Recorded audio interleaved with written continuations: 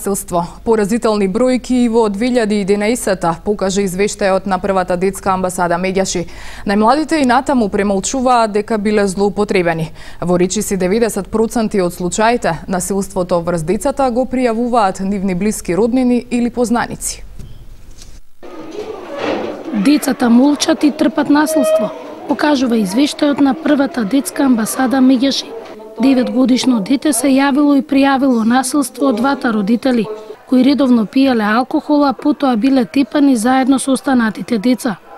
На бесплатниот број 0801 22 22 од 106 јавување, само 8 повици биле од деца.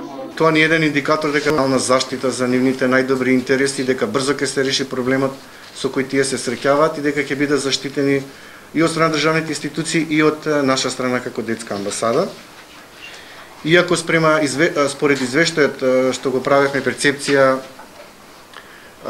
за правата на детето, дискриминација и насилство, SOS телефонот е познат меѓу децата, но не го вртат. Децата најмногу страдаат во бракоразводните постапки. Најчесто при доделувањето на старателството не се зема предвид мислењето на детето, со кој родител сака да живее. Најмладите се во лавиринт, бидејќи социјалните центри имаат долги процедури. Има примери кога поради нерешени спорови, малолетни деца се уште живеат со трауми, додека институциите решат за доделување на старателство. Апелирам до училни служби и психолошко педагогичката.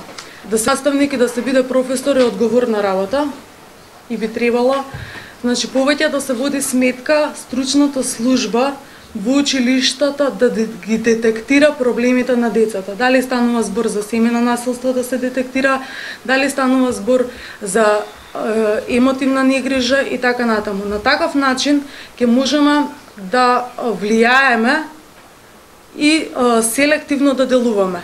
Значи, тимското делување на воспитно-образовната институција со Центарот за социјална работа и апелот од граѓанските организации, првенствено од првата детска амбасада, кога апелираме во светот Меѓаши, на таков начин би можеле полесно да ги детектираме проблемите и да не се изгубиме во административниот лавиринт.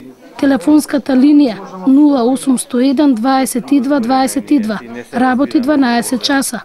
Од Меѓаши се надеваат дека институциите ќе ја спроведат препораката од Комитетот за правата на децата да обезбедат соодветни средства за бесплатна 24 часовна линија за помош.